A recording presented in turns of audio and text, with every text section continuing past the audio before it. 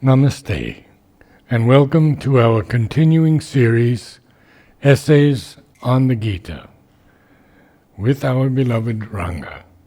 We are still in Kurukshetra, and we're beginning with the sentence, ancient thought accepted this starting point. I have it on page 41. Ancient thought accepted this starting point so far as it could see it by scrutiny of the universe.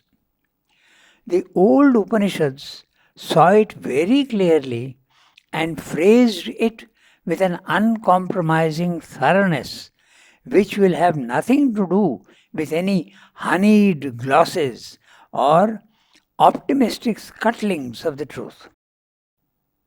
Hunger, that is death, they said, is the creator and master of this world, and they figured vital existence in the image of the horse of the sacrifice. Matter they described by a name which means ordinarily food, and they said, we call it food because it is devoured and devours creatures. The eater eating is eaten. This is the formula of the material world, as the Darwinians rediscovered when they laid it down that the struggle for life is the law of evolutionary existence. Modern science has only rephrased the old truths that had already been expressed in much more forcible, wide and accurate formulas by the apothegm of Heraclitus and the figures employed by the Upanishads. So we'll have a look at what he's saying, and he's referring to the Upanishads. There's a Katha Upanishad, the Taittiriya Upanishad and the Brihadaranyaka Upanishad, the three Upanishads which speak of this. Okay, the eater eating is eaten. So ancient thought, I'm going back to the beginning of the para. Ancient thought accepted this starting point so far as it could see it by scrutiny of the universe. Now, what is the starting point that he is speaking about? The last sentence of the previous para. The first law of this world that I have made is creation and preservation by destruction. Creation and preservation, but by destruction. It's an interesting phrase. Creation and destruction we can understand, but creation and preservation by destruction, we have to see what exactly is meant. Okay? Because one would think it was growth by destruction. Okay, so but also there's another way of looking at it. Okay, you create something and then you destroy it. This is happening in the world all the time. A tree is created, a time comes when it is destroyed. A mountain is created by pressure of the plates, what is it called? The plates, the continental plates that come, and a mountain is created. Then it gets depleted. So everything, a volcano comes and creates an island, slowly it can go down into the sea later on. A human being is created, and at the end of life he is destroyed. So these two things are all the time happening, creation and destruction. But you see them separately, but there is also a preservation, the totality is preserved. That's the interesting thing. But now the individuality also, there is a preservation. That's the interesting part. Because suppose there is something that is created, and then there is a time gap of 100 years, and then there is destruction. There is a preservation. Okay? But instantaneously also, if there is a destruction and a construction, the time lag between the two, okay, then I can see very clearly like a flower. It blooms in the morning, by the evening it is gone. Okay, so there is a time lag of about 8 hours, 9 hours, it depends on the flower. Okay, so whatever. But suppose this time gap becomes less and less and less and less and less. Okay, 1 second, half a second, 1 millionth of a second, 1 billionth of a second, then you are not going to see the process of creation and destruction. That is what is happening all the time. Take a human being, he is changing every minute. Okay, there is a destruction and a creation. What you are, each cell, there is a destruction and a creation. New food is being given, the old thing is rejected into the bloodstream. So this is the truth of. So in other words, there is a creation, there is an instantaneous or simultaneous or concomitant destruction. So, but it's, and immediately again the creation is again so. So it looks as though it's a continuous thing. But there is actually a destruction and a creation, destruction and creation. Can we see it at all? You can't see it if it is instantaneous, but you can see it with a time lag. We can see that. When there's a time lag, you can see that there is creation and destruction all the time. But it's happening every instant. That's the interesting part. And that's the truth of, I think we discussed that last time. Brahma creates. Yes. Vishnu, Shiva destroys instantaneously. And then you get the impression, again followed by creation and destruction, Both the things are there, creation and destruction. So, but you feel that there is a preservation. Okay, so universally, the preservation can be seen. In the individual also, the preservation can be seen. But actually, it's both together, all the time happening together. So, this is the interesting part. So, this ancient thought, when he says ancient thought, he is normally referring to our Indian scriptures. Okay, so accepted the starting point so far as you could see it by scrutiny of the universe. That's what you were asking. So in the universe, you see this happening all the time. There is a creation and there is a destruction. There is a creation and destruction. So we have to understand this, and still we feel that destruction is something negative, something bad, pejorative. It shouldn't happen. Destruction is bad. Why should? Creation is good, but destruction no. The old Upanishads saw it very clearly and phrased it with an uncompromising thoroughness which will have nothing to do with any honeyed glosses. That's an interesting phrase. There is no pretense that, oh no, God does not destroy, He only creates. It sounds very nice and very happy. You are comfortable in your, God doesn't destroy. The Upanishad is saying very clearly with great stress, no honeyed gloss. They're not glossing over. What about the statement, the old Upanishads? Yeah.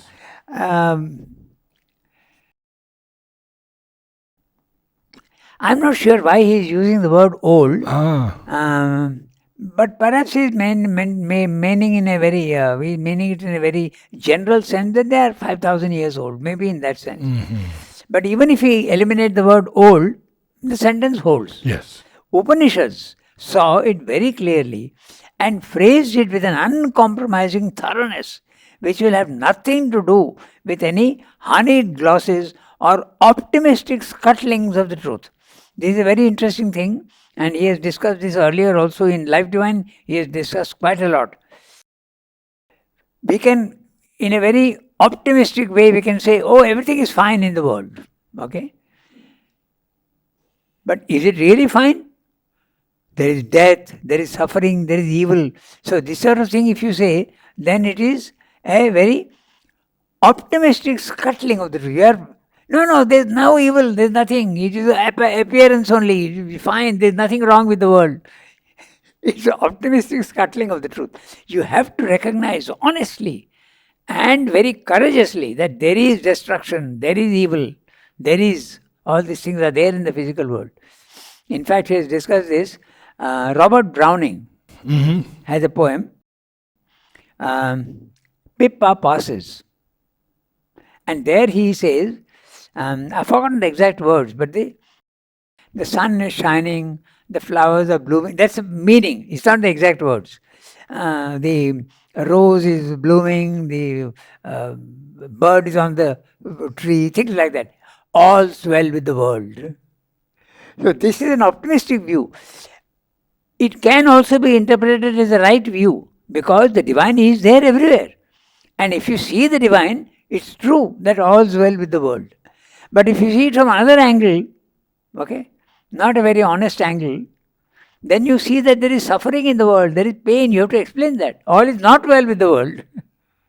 But that is at the first level. Yeah, that's right. When you get into the higher levels. That's right. That's right. So, but that's what the Upanishad is saying. At this level, there is all these things. There is destruction. There is evil. You have to explain it. You can't just say it doesn't exist. You have to explain it. That's what Srila says. It is true that death is not what you see it to be. Evil is not what you see it to be. Perversion is not what you see it to be. Hate is not what you see it to be. There are two poles. Love and hate are two poles of the dualities. But you have to explain it, how it came into being. And that's what Sri Aurobindo does in the Life Divine. He explains the need. It goes step by step, but we'll be going into another subject altogether, so we won't do that right now. So, the Upanishads are admitting that there is destruction and there is construction. So, we should not be superficially optimistic. Optimism of this type is shallow. It's not deep. The deep optimism is, yes, it is true that there is suffering and destruction, but there's an explanation for it. You are not seeing it in the right way. So you have to explain it. Okay. And scuttling is breaking it up. Breaking up the truth, scuttling. Yeah.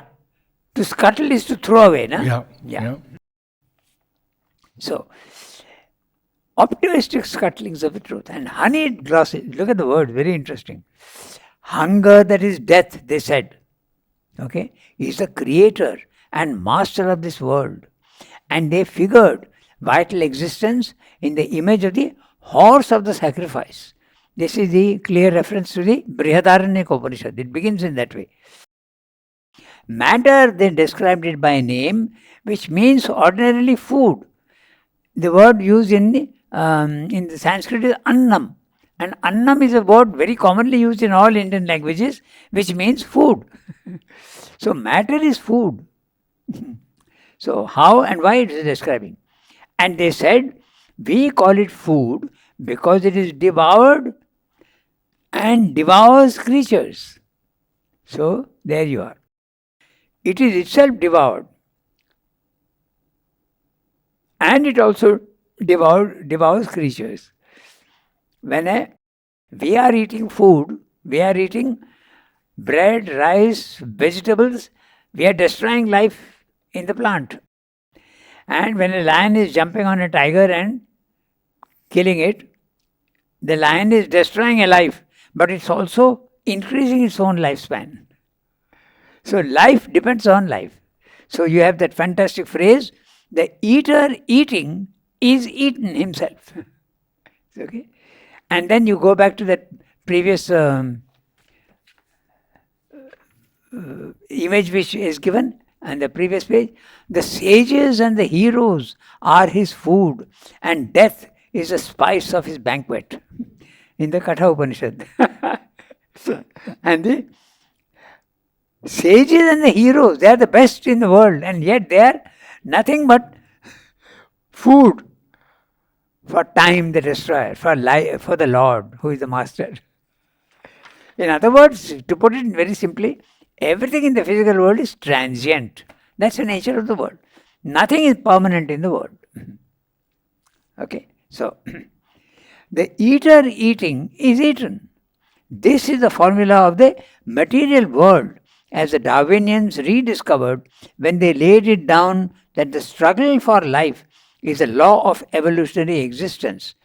The phrase used in Darwinism is survival of the fittest. Mm-hmm.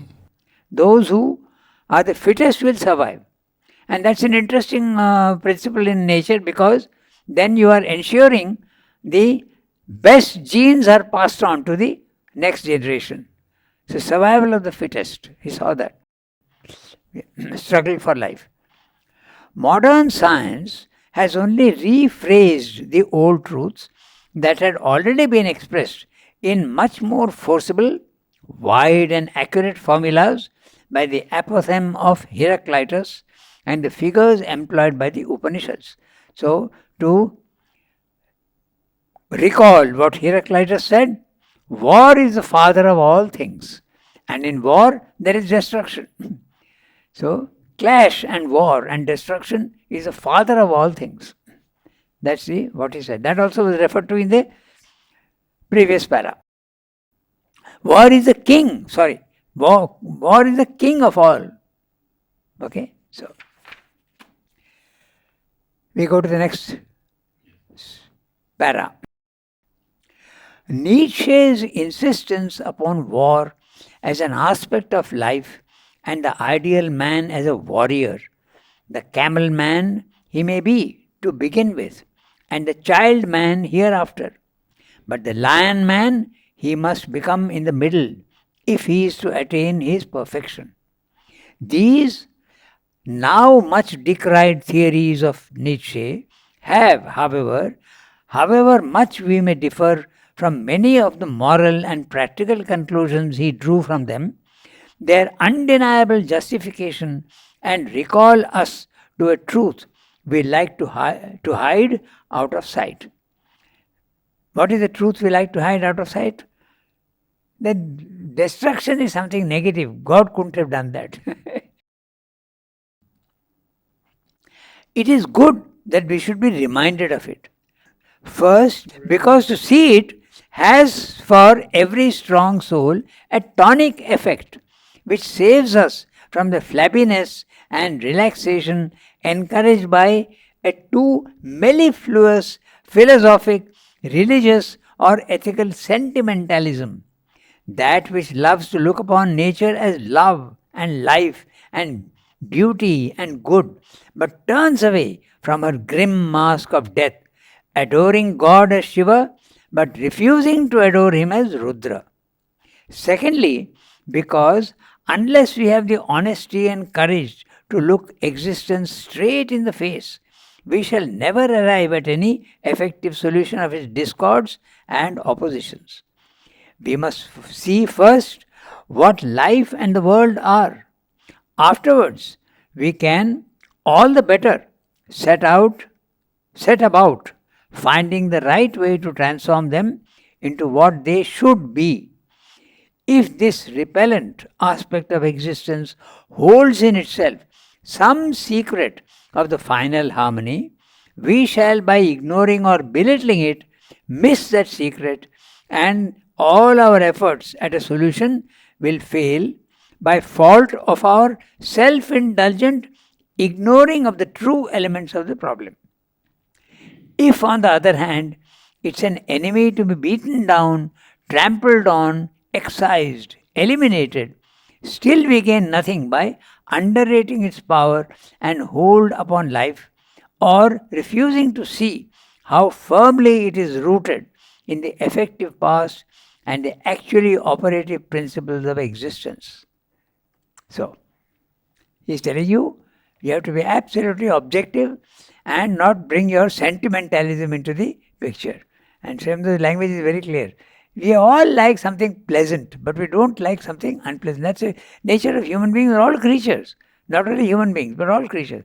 They like something pleasant. But you are repulsed by something ugly and what you can't bear. Okay? The other day I was having a discussion with somebody and they said that suffering is something I can't bear and I can't accept.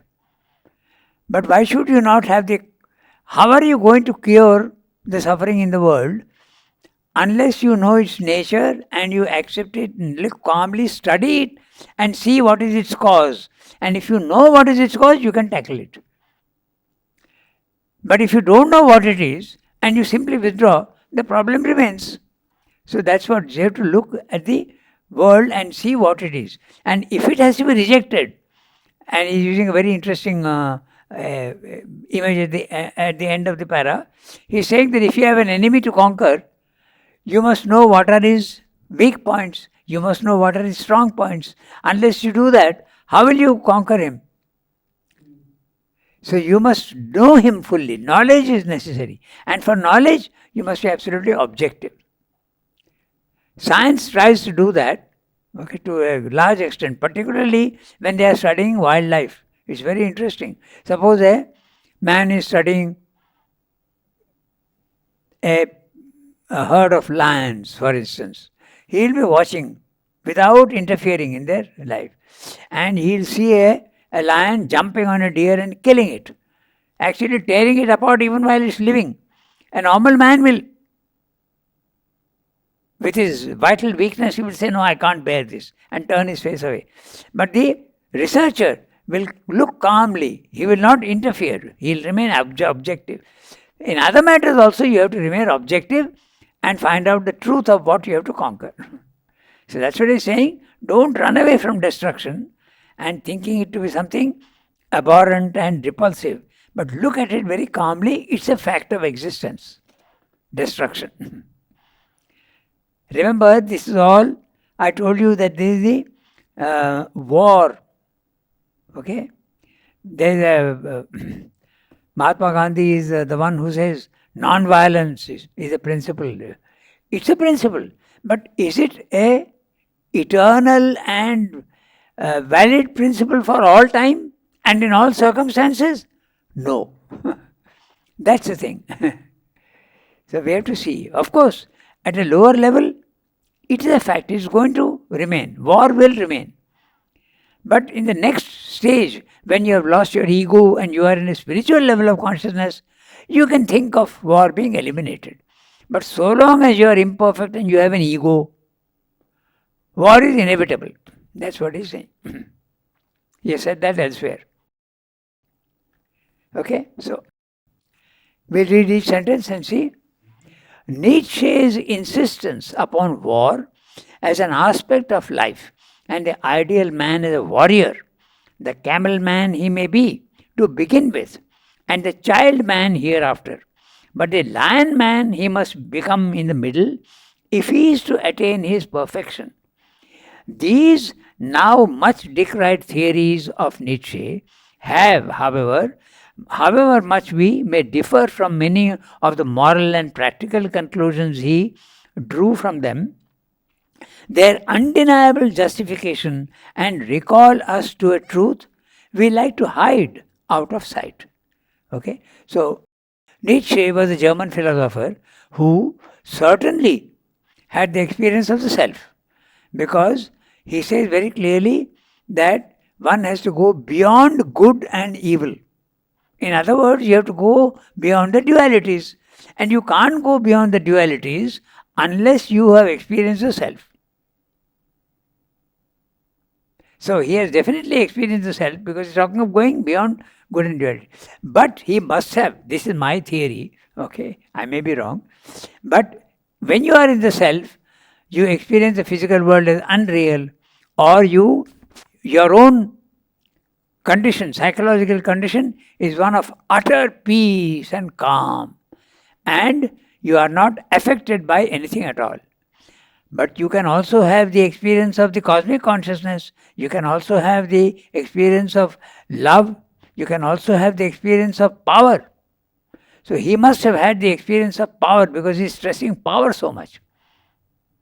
And Sri Aurobindo says, that's only one aspect of truth, but it's not all the aspect of truth. And if you insist that man should become powerful, and the conclusions drawn from there are very strange. The lion man has got the right to rule over others. In fact, there is a theory which many disagree with, that he was the starting point of the Aryan superiority theory of the Nazis. So that's why he's saying that however much you differ from the conclusions, you have to accept that what he said is true, that destruction is there. So, you have to have power. Many others also, those who are the ascetics in the spiritual life, they want to avoid power because it will give you problems. Okay? And they tell you, avoid power, shun it, don't look at them, look at the power that you get on your spiritual journey as trinkets on the way. Don't be affected by them. They're just things on the road lying there. Don't look at these powers, because the moment you have powers and you want to use them, ego will filter into you. So don't do it. But Sri Aurobindo has got opposite views.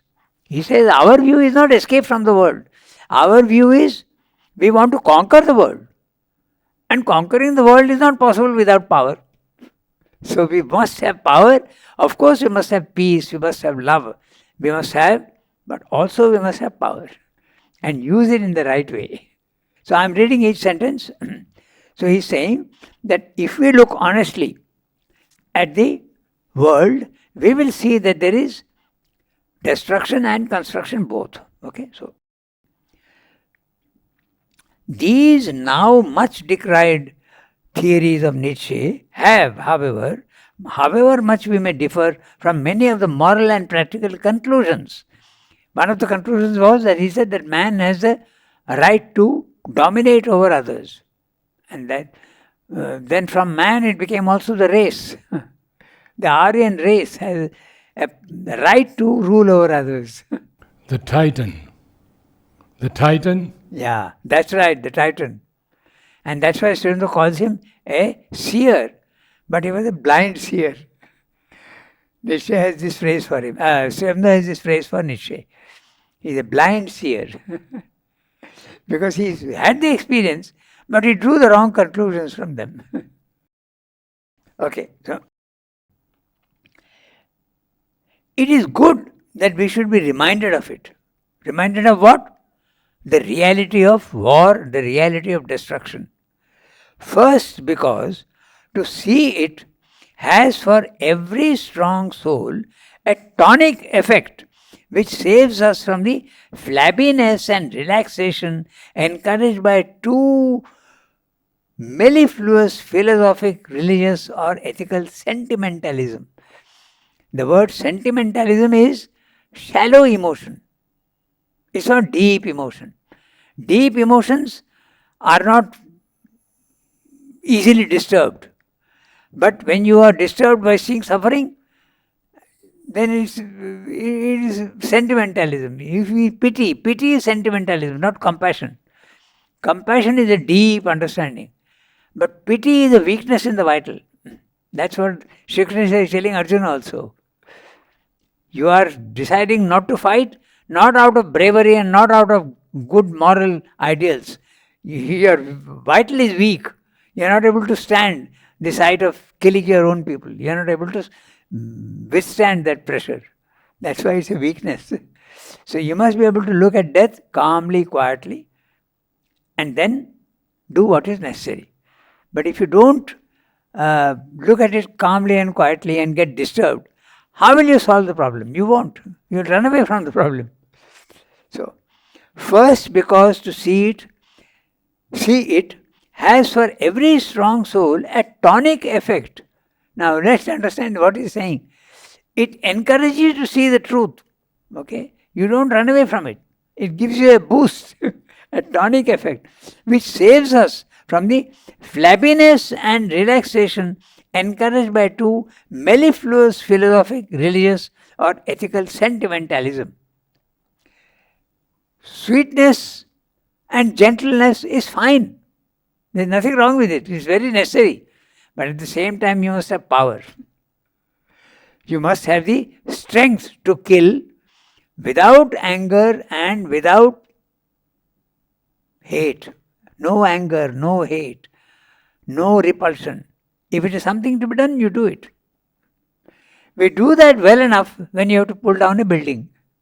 We are destroying the building, but we are not disturbed. But when you have to destroy something living, there is always a hesitation.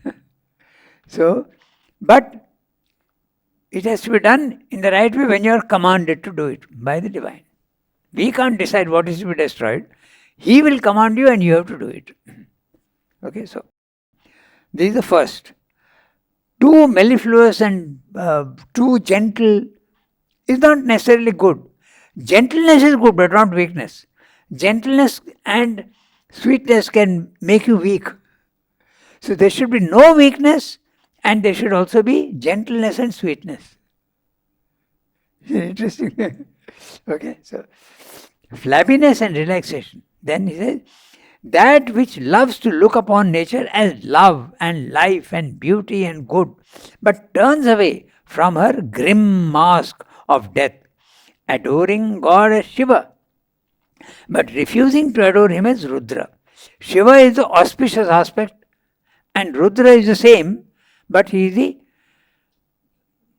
the fearful aspect, the aspect of destruction. Okay, so that's what he's saying. Secondly, because unless you have the honesty and courage to look existence straight in the face, we shall never arrive at any effective solution of its discords and oppositions. We must know fully what we have to deal with. Then only you can deal with it. We must see first what life and the world are. Afterwards, we can all the better set about finding the right way to transform them into what they should be. If this repellent aspect of existence holds in itself some secret of the final harmony, we shall, by ignoring or belittling it, miss that secret, and all our efforts at a solution will fail by fault of our self indulgent ignoring of the true elements of the problem. So you have to get rid of your weakness and have the courage to look and face the truth. Yes, there is destruction. War is sometimes necessary. If, on the other hand, it is an enemy to be beaten down, trampled on, excised, eliminated, still we gain nothing by underrating its power and hold upon life or refusing to see how firmly it is rooted in the effective past and the actually operative principles of existence. So, the actually operative principles of existence is the food chain. There is a food chain. The lower form of life is always eaten by the higher form of life. This higher form of life is eaten again by the next higher form of life. It's a constant thing in the flora and fauna. This is what happens all the time. Even among trees, there are parasites feeding on others. So this construction and destruction, creation and life and death are always going together. So you have to realize that. That's what he's saying. Accepting only creation and rejecting death and saying it is negative, not true. Okay? War and destruction are not only a universal principle of our life here in its purely material aspects, but also of our mental and moral existence. It is self-evident that in the actual life of man, intellectual, social, political, moral, we can make no real step forward without a struggle, a battle between what exists and lives and what seeks to exist and live, and between all that stands behind either. Struggle and battle is essential in life at all stages. That's what he's saying. It is impossible, at least as men and things are, to advance, to grow, to fulfill, and still to observe really and utterly that principle of harmlessness which is yet placed before us as the highest and best law of conduct. Okay? I read that sentence again. It is impossible, at least as men and things are, to advance, to grow, to fulfill, and still to observe really and utterly that principle of harmlessness, which is yet placed before us as the highest and best law of conduct. So, harmlessness means you will not kill anybody. That the Jain principle also is there. There is a truth in it, but it's not the whole truth. That's the whole point. Non-violence is the truth, but non-violence is not the absolute truth. It has its opposite. That's what he's saying. So if you want to grow, you want to advance, you have to kill certain things. You have to kill the ego in you. You have to kill the hate in yourself. You have to kill the selfishness. These are to be killed ruthlessly. Otherwise you can't advance, you can't grow. He's saying that. This is incidentally, this is what happened in India. Okay, they developed the gentle side of life, peace, calm. Reject the world; it's all full of, and you go to a level where there is peace, calm, and permanence. So the Indian character overstressed this aspect. And Sri Aurobindo says in one conversation, they became too civilized.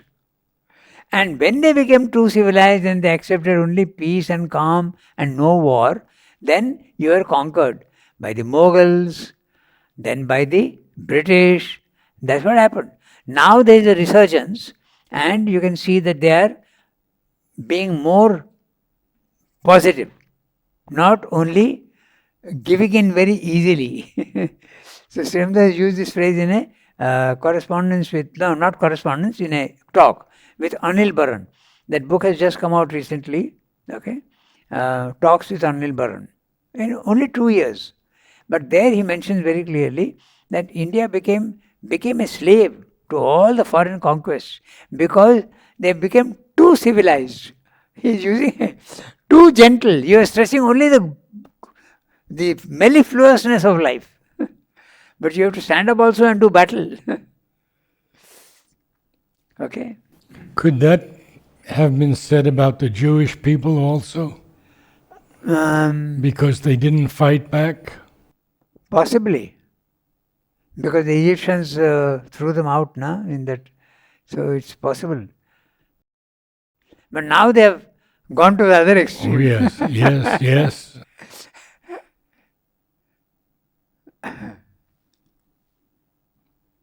They are a very good example of a nation without a territory. They didn't have a territory for thousands of years. But finally they have got a small territory in Israel and they are developing it in a fantastic way. So there is another nation also like that which doesn't have a territory, or it's no territory. The Kurdish people. They are spread in Iraq, Iran and Syria. They don't have a land of their own. They are quite a sizable population. Okay? But they don't have a place of their own. They are struggling, but it's so let's see what he's saying. So he's saying it's impossible to grow without struggle and without battle.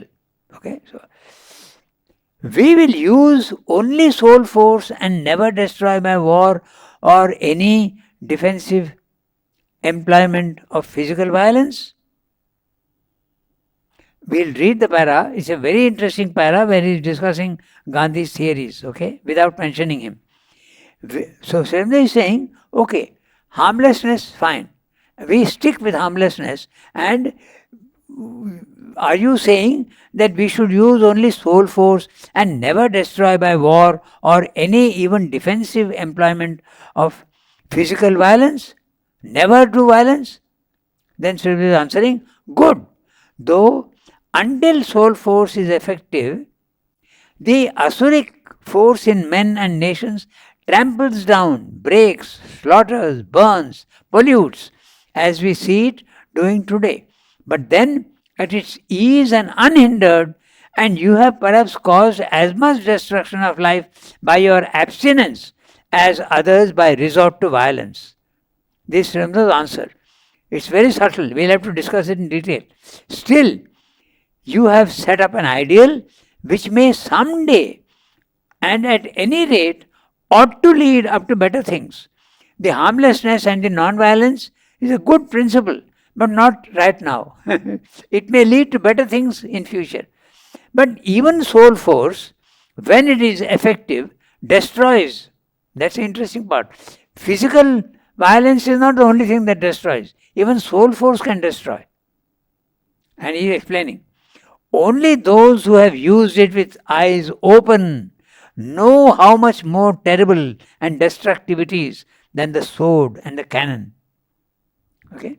And only those who do not limit their view to the act and its immediate results can see how tremendous are its after effects.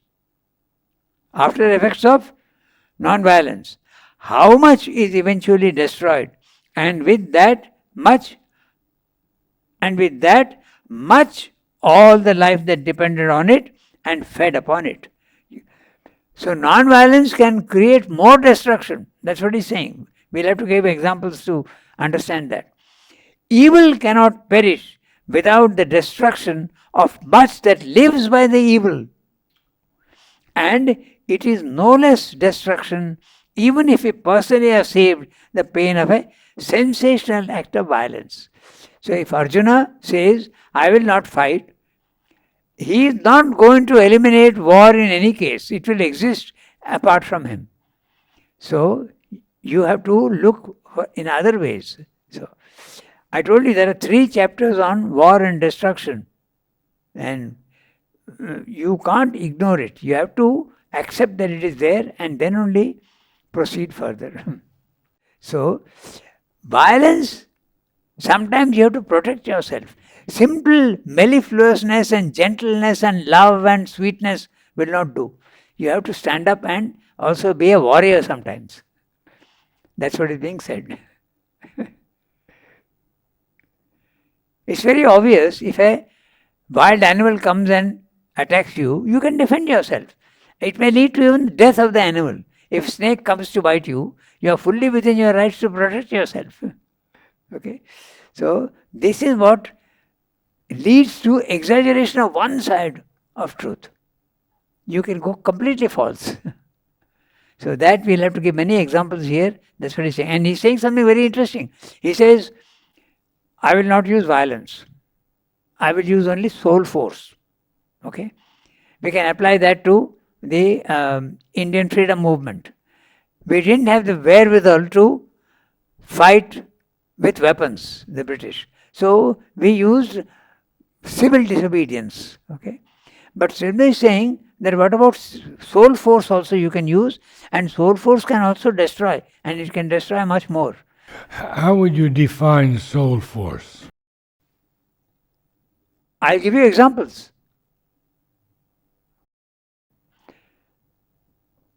We're not speaking of soul force of the great avatar. The avatars also can help you to destroy what is weak in yourself. Okay? They can help you to kill your anger. They can help you to kill your ego. You are destroying soul force. Okay? So, but I'll give you even better examples. Sir Arthur Avalon, he was an Englishman and he was very interested in Tantra. Okay? He has written a nice book, interesting book, which is brought out by an Indian publisher. The book is still available. The Serpent Power, the Kundalini Power. So he writes in that book that a Tantric, with his look, he burnt a scorpion. He burnt? He burnt a scorpion. The scorpion was coming to attack him. He just with one look burnt it. Soul force. I'll give you another example. Somebody in the ashram was complaining that a person known to him was using black magic against him and he was suffering ill health and ill effects. So he complained to mother, and mother said, get me the photograph of that man. Okay? And the picture was given to mother, and she looked at the picture and soul force. She took a pen, did that, and threw it down on the ground. You have destroyed the evil which is coming to this sadhak. Soul force. And Sri Aurobindo, healing Keiki of a scorpion bite, he just looked at her. Yeah. Soul force. Yeah.